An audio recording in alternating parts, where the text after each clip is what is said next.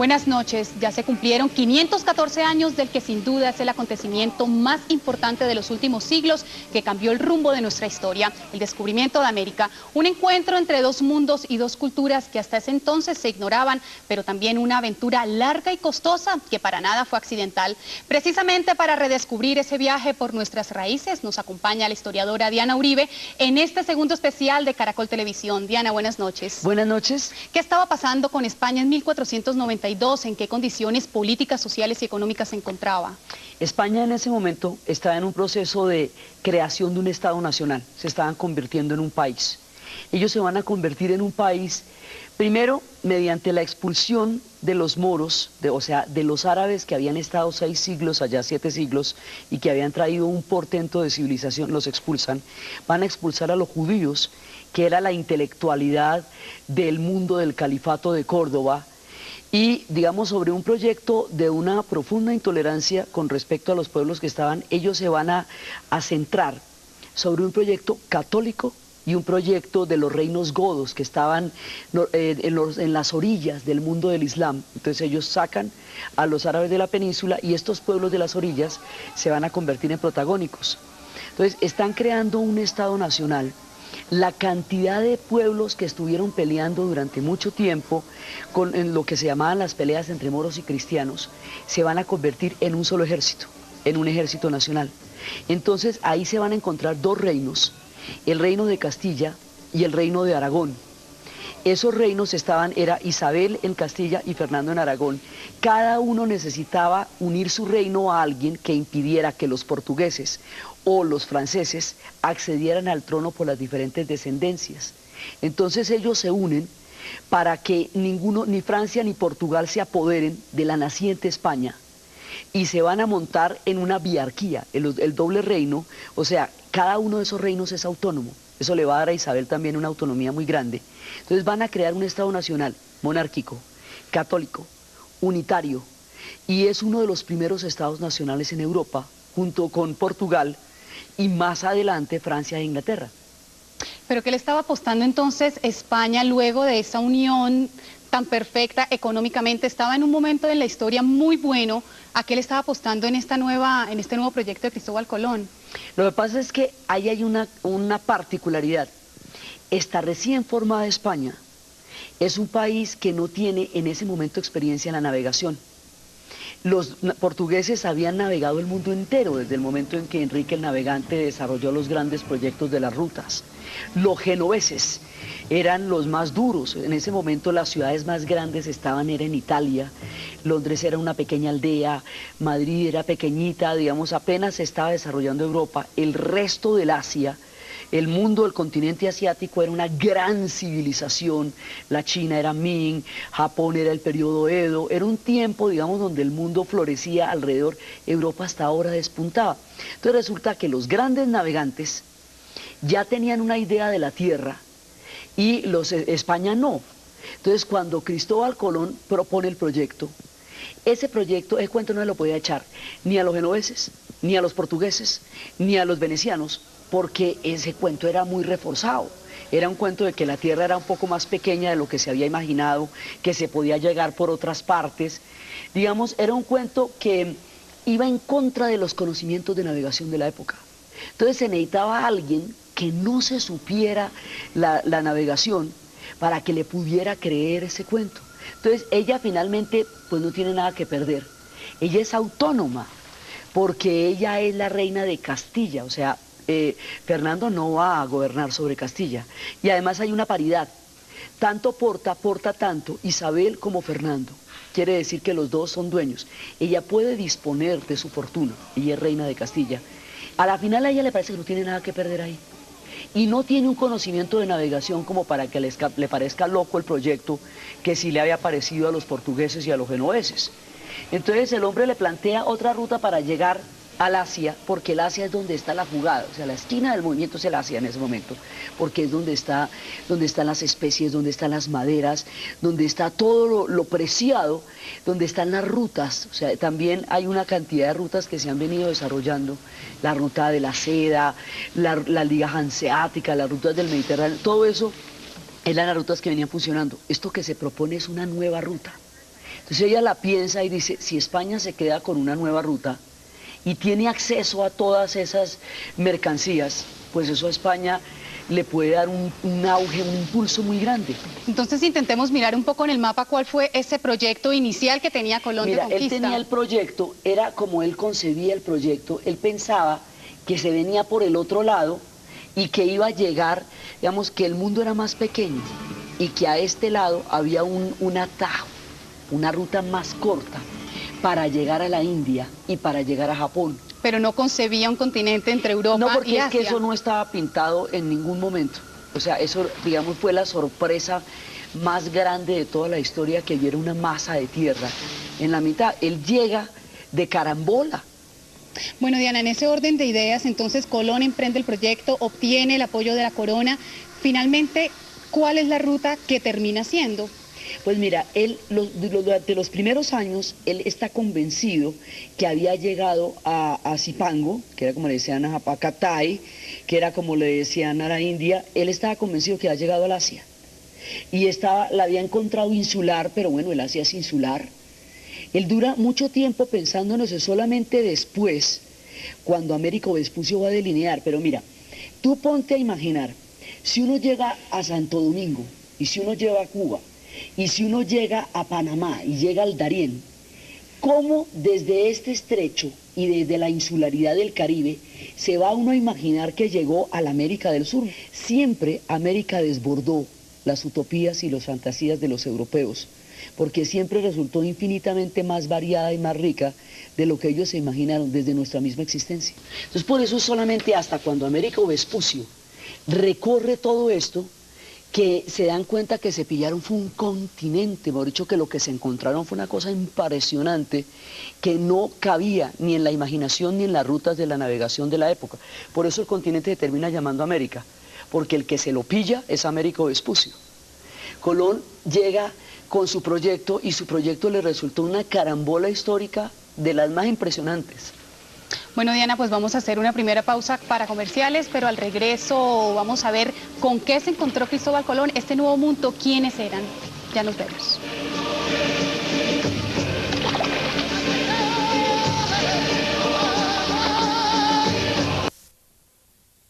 El descubrimiento de América.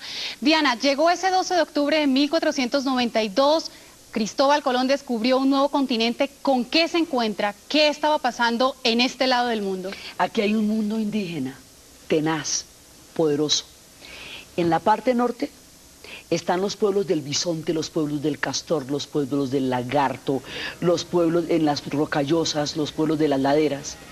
En el sur, en el centro están las grandes civilizaciones de los aztecas, los primeros mayas ya habían desaparecido. En el Caribe están los taínos y están los pueblos de los indígenas del Caribe. En el sur están los incas, el gran imperio inca. Entre nosotros ya había desaparecido el mundo de San Agustín. Están los pueblos de la sabana, están una cantidad de pueblos que tenían todo un solle cósmico, toda una mirada del mundo y un acervo milenario y ancestral con diferentes grados de civilización. ¿Y en qué consistía esa mirada de los indígenas? Ellos tenían una cosmovisión muy rica, calendarios exactos, sistemas matemáticos de altísima precisión. Ellos tenían un concepto de propiedad colectiva de la tierra, que era, digamos, el caso de los incas. Tenían un concepto de la divinidad completamente armónico, con todo su sistema ecológico. Tenían un conocimiento precioso y valioso de lo que eran los animales, de lo que eran las especias, de lo que era la selva, de lo que eran los ríos. Tenían otro tipo de conocimiento, un conocimiento distinto, pero absolutamente poderoso de lo que era este mundo y esta tierra. ¿Tenía Colón alguna idea de lo que se encontró? Ellos primero no se la imaginaban, porque nosotros no somos concebibles. Aún ahora, tampoco nos la tienen muy bien pillada como es que somos. Pero en esa época, hay un texto de García Márquez que habla de Antonio Pigafetta, navegante florentino, de cuando describía uno de los viajes de Magallanes y decía que esto era una cosa llena de fantasía para ellos. Ellos vienen con un proyecto teológico en la cabeza. Ellos vienen con un proyecto misionero y con un proyecto de la corona. Ellos vienen con un Dios único que acaba de expulsar a todas las demás concepciones religiosas que había en ese momento. Entonces ellos no pueden entender, no pueden codificar dentro de su estructura el mundo que están viendo, no tienen ni siquiera cómo denominarlo, cómo llamarlo. Entonces es un grado de asombro, pero también ahí se está formando un concepto que se llama el eurocentrismo, que es que, digamos, los europeos conciben una única forma de conocimiento y el que no codifica en eso, pues es lo que ellos consideran bárbaro, un monte que llaman, sí, o sea, es una manera de codificar que hay un solo tipo de conocimiento, por eso hago tanto énfasis, que hay un solo tipo de conocimiento que es el que ellos poseen y los que no tienen ese tipo de conocimiento no son civilizaciones. Ya Europa está empezando a desarrollar ese concepto y esa es la base del colonialismo. Es la base conceptual del colonialismo, ¿no? ¿Y cuál es la diferencia con nuestro proyecto? El proyecto que traían ellos y el proyecto que en ese momento se estaba desarrollando en el continente. Es un proyecto de conquista el que ellos traen y es un proyecto extractivo, es un proyecto para extraer riquezas y oros, para regresar a la corona y para engrandecerse y engrandecer la corona. Es un proyecto de saqueo, porque el colonialismo básicamente, o sea, eso se va a montar después, pero básicamente el colonialismo es sacrificar la producción de un pueblo o un continente en beneficio de una metrópoli. Ese es el proyecto de conquistar nuevas tierras, y eso incluía la gente de esas nuevas tierras, pero también es un proyecto de evangelización. Entonces el desconocimiento de todo el universo sagrado indígena y el sometimiento de ese universo sagrado al esquema religioso que traían los españoles fue un choque muy violento entre culturas. Diana, ¿y por qué ese primer encuentro entre los indígenas, Cristóbal Colón y toda su tripulación, fue pacífico inicialmente y posteriormente llegó a ser una relación casi de esclavitud? Pues al principio es el asombro. Es la llegada, es una travesía gigantesca hacia lo desconocido. Ahí esta gente llega deshidratada, llega pasadísima, lleva mucho tiempo en ultramar, ya han viajado a un destino completamente insólito, entonces pues llegan casi náufragos. Los indígenas empiezan a darle agüita, ¿cierto? Como a tratar de revivirlo. Lo mismo cuando van a llegar un siglo después los peregrinos del Mayflower a los Estados Unidos, también ese primer encuentro va a ser un encuentro muy amable. Pero después, cuando empiezan a pillarse la riqueza y empiezan a buscar el oro, empiezan a encontrar las formas de someter a los pueblos indios para poder extraer el oro. Básicamente, la manera como los van a someter es aprovechando las divisiones internas que tienen. Y a través de esas divisiones debilitarlos. Bueno, Diana, y la posterior llegada de los ingleses, de los portugueses, ¿por qué tardó tanto? ¿Un siglo después? Bueno, los portugueses son los primeros de todo, pero ellos van a llegar más tarde. Pero duran tanto tiempo porque es que resulta que Inglaterra y Francia se desgarraron, y Holanda se desgarran en las guerras religiosas, en las guerras de la Reforma. Cuando empieza la Reforma protestante, y se rompe el continente europeo, entonces ellos van a gastar mucho tiempo matándose por la religión. Los españoles no, porque los españoles ya la tenían clara. Lo primero que hicieron fue un proyecto teológico monárquico alrededor de Dios y los reyes. Entonces ellos no tenían ninguna duda de cuál era su fe. Los otros entran en ese tropel en que se van a meter entre católicos y protestantes. Eso les retarda un siglo la posibilidad de emprender las colonizaciones. Diana, ¿y por qué esa diferencia tan abrupta de la colonización del norte con la del sur? Porque ahí está el proyecto religioso, ahí es donde está la jugada. Mire, pasa lo siguiente, en el sur la idea es extraer el oro, llegar a España, convertirse en un hidalgo y engrandecer la corona. Pero es una relación con la corona española. Mientras que en el otro, a partir de las guerras religiosas, hay gente que dice que Europa no tiene caso, que Europa ya es un continente devorado por los odios y los fanatismos religiosos. Cogen un barco para no regresar nunca, para definitivamente quemar naves y dejar todo atrás. Esos son los padres peregrinos del Mayflower. Ahí van familias enteras. Al ir familias, ellos no necesitan entrar en contacto sexual con la gente del continente, mientras que los españoles sí.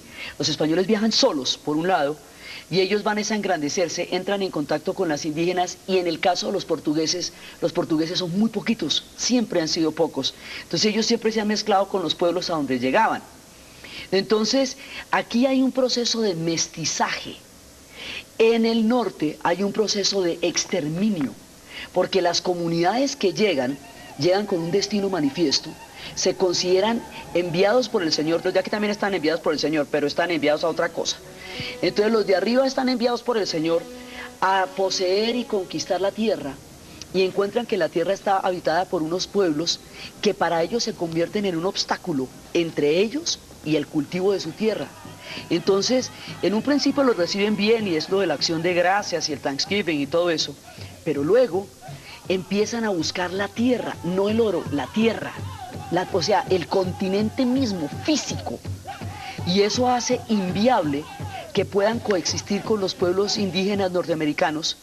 Los van exterminando, y los van exterminando durante 4 siglos hasta el siglo XIX, en que los esclavizan, los someten y los dejan convertidos en escombros, digamos, en espectros en las reservaciones como hoy están.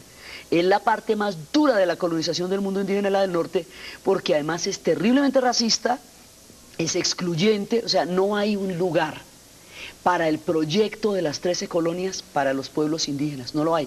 Mientras que aquí sí.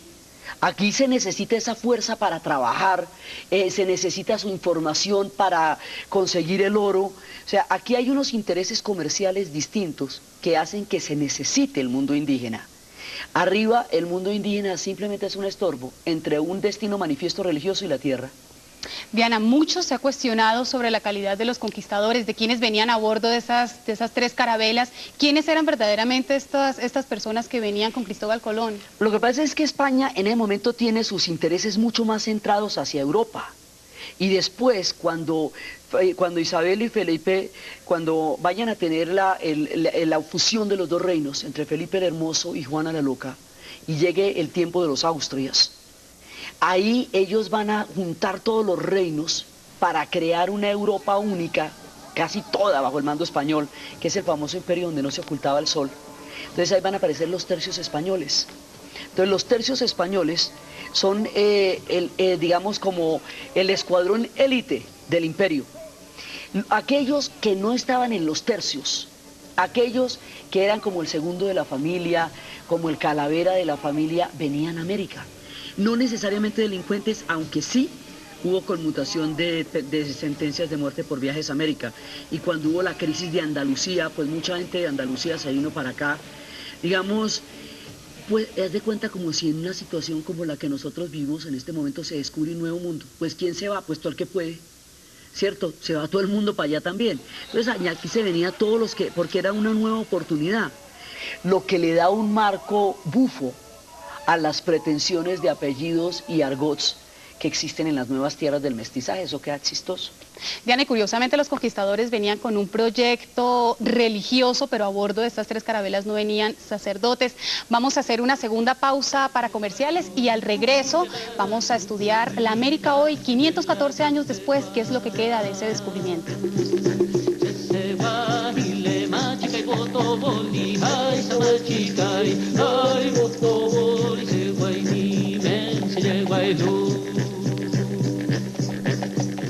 ¿Usted cree que esto no le puede pasar? Además, hace mucho tiempo que yo no sentía las manos de un hombre en mi piel. Su mala suerte fue haber nacido con fuego uterino. Cuidado, una mala decisión puede arruinar su vida. Regresa en la noche, Decisiones. Este martes, gran estreno, Está que arde. Ellos no tienen fierro, ni acero, ni armas, ni son para ello. No porque no sea gente bien dispuesta y de hermosa estatura, salvo que son muy temerosos a maravilla. Seguimos en este viaje con Diana Uribe. Diana, ¿qué momento cósmico estaba viviendo nuestro continente cuando llegan los españoles y ese choque que además pues nos deja un lastre impresionante? Pues es un momento cósmico dramático, porque imagínate que los aztecas, ellos tenían un dios que los adoraba, que era la serpiente emplumada, que era Quetzalcóatl, y habían sido hostilizados terriblemente por un dios que sentía celos de la adoración que los aztecas le tenían a él. Entonces él dijo que los abandonaba un rato, pero que él volvería a volver a estar con su pueblo de nuevo. Y esa predicción queda para el año 1 Caña. En el año 1 Caña, cuando los aztecas están esperando el retorno de Quetzalcóatl, que es una cosa muy mesiánica también, llegan los españoles y llega Cortés. Quetzalcóatl es una serpiente emplumada, y los españoles llegan con los yelmos y llegan con las plumas. Entonces, en ese momento, los aztecas piensan que es Quetzalcóatl el que retorna, y lo tratan como un dios, y es el colonialismo el que retorna, el que va a llegar allá, es otra cosa muy distinta, y Cortés se pilla, porque entre otras cosas Maquiavelo es europeo, y divide y triunfarás fue la ley, que los aztecas han esclavizado pueblos brutalmente, entra en contacto con los pueblos que han esclavizado, y a través de la polémica figura de la Malinche, que fue la que tradujo a las lenguas, ella era una mujer de uno de esos pueblos esclavizados. Entonces ella les traduce las lenguas y permite que ellos entren en ese mundo. Entonces ellos se alían con los pueblos que han sido esclavizados por los aztecas y pelean contra los aztecas, y así es que los van a derrotar, siendo mucho menos es por las alianzas que establecen. En el caso de México, en el caso del Perú, que finalmente el imperio va a ser México y el Perú, todos los demás somos subsidiados, México y Perú es la dureza. En el caso del Perú, el inca se podía casar solamente con la hermana, y solo con la hermana podía tener hijos. Un inca se enamora de otra mujer y tiene hijos con la hermana y con la otra mujer. Eso da 2 descendencias.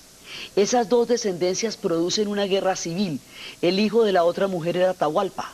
Entonces, cuando se produce la guerra civil por las 2 descendencias, llega Pizarro y los encuentra divididos. Entonces es un momento cósmico muy trágico, el que hace que la llegada de los españoles coja a los pueblos de América en una situación de debilidad o de enfrentamiento, que ellos rápidamente van a aprovechar para penetrar en el continente e imponer su cultura y arrasar la que estaba en ese momento. Bien, ¿y por qué si éramos una cultura tan fuerte tardó tanto el proceso de independencia? 400, un poco más de 400 años después es que los pueblos y el continente deciden levantarse en armas y pelear por sus tierras y por su herencia. Nosotros vamos a empezar el proceso de independencias a partir de la invasión napoleónica a la península ibérica. Cuando Napoleón invade España, fractura el orden, es la primera fractura que va a tener la corona española, porque la corona española se mantiene fuerte, monolítica, desde que crece, desde que se hace.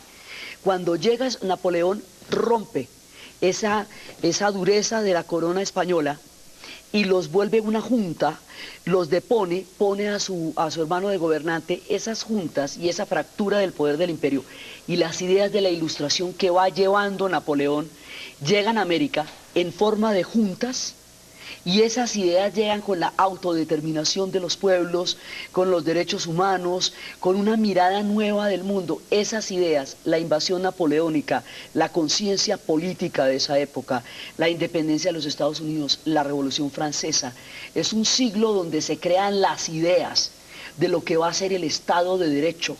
Es en ese contexto en donde viene la idea de independencia de América, porque antes la hegemonía española había sido completa y total. Durante muchísimo tiempo en el imperio que no se ocultaba el sol, no se había planteado, hasta que no llegaron las ideas que reinterpretaron el colonialismo, la idea de una independencia. ¿Qué quedó entonces hoy de América, de esa América India? ¿Qué queda hoy? Queda un mundo mestizo, o sea, nosotros somos una parte, los españoles que van a llegar acá, son pueblos donde han pasado desde los fenicios, pasando por los íberos, pasando por los celtas, pasando por los romanos, por los reinos góticos, por los árabes, pasando por toda una cantidad de pueblos. Esos que son el resultado de tantos pueblos llegan acá. Se van a encontrar con una diversidad increíble de pueblos indígenas, de toda clase de etnias y de lenguas.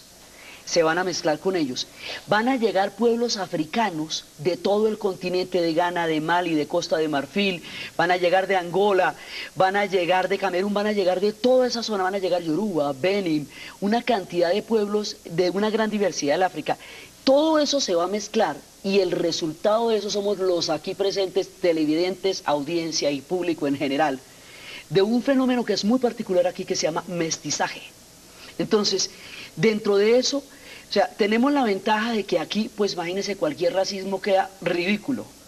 Eso en general lo es, pero aquí no tiene sentido porque el mestizaje es la amalgama. Finalmente nosotros quedamos hechos de todos los pueblos de la tierra, como una cita del Talmud que dice el hombre del que se hizo el barro de Adán, venía de todos de los polvos de los rincones del mundo, de todos los polvos de la tierra. Entonces nosotros resultamos siendo la suma de todos esos pueblos. Ahora, nosotros como pueblos tenemos una herencia cortada, porque no podemos recuperar ese mundo indígena. Entonces, nosotros podemos rastrear nuestros apellidos solamente en la parte europea y solamente hasta la sexta generación, si mucho. Si tú te pones a pensar fuera de una persona que venga de inmigraciones de otro lado, hacia la sexta generación se pierden los rastros. Y nosotros ya no sabemos de ahí quién más está atrás. El mundo indígena, en términos de nuestros apellidos, se pierde en su gran mayoría, y el mundo africano se vuelve también muy difícil de recuperar e integrar para nosotros, pero nosotros somos la suma de todas esas cosas. ¿Qué queda de los indígenas?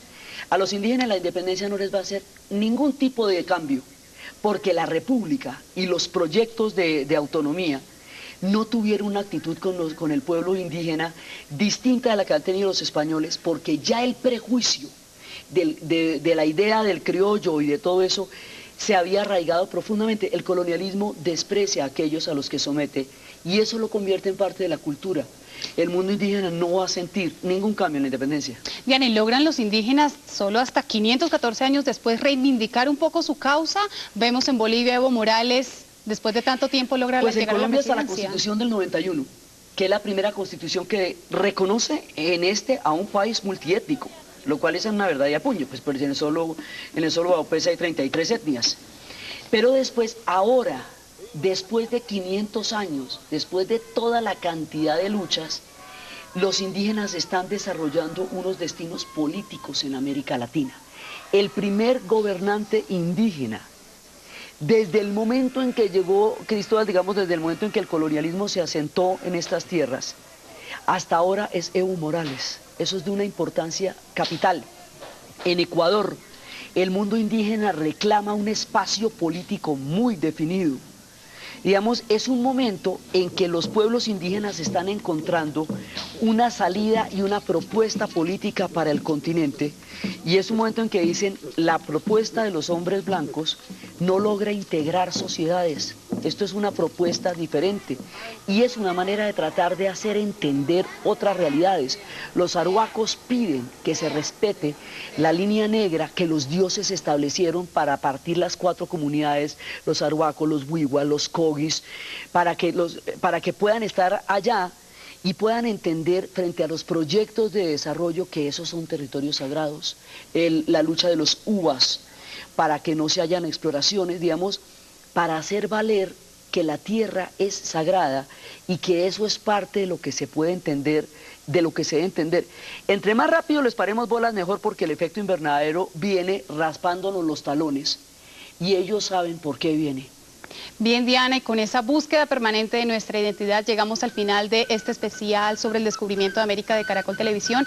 Esperen el próximo, que va a ser sobre Halloween, las brujas y el Día de los Muertos. Muchas gracias, Diana, por acompañarnos, y a todos y cada uno de ustedes también. Muy buenas noches.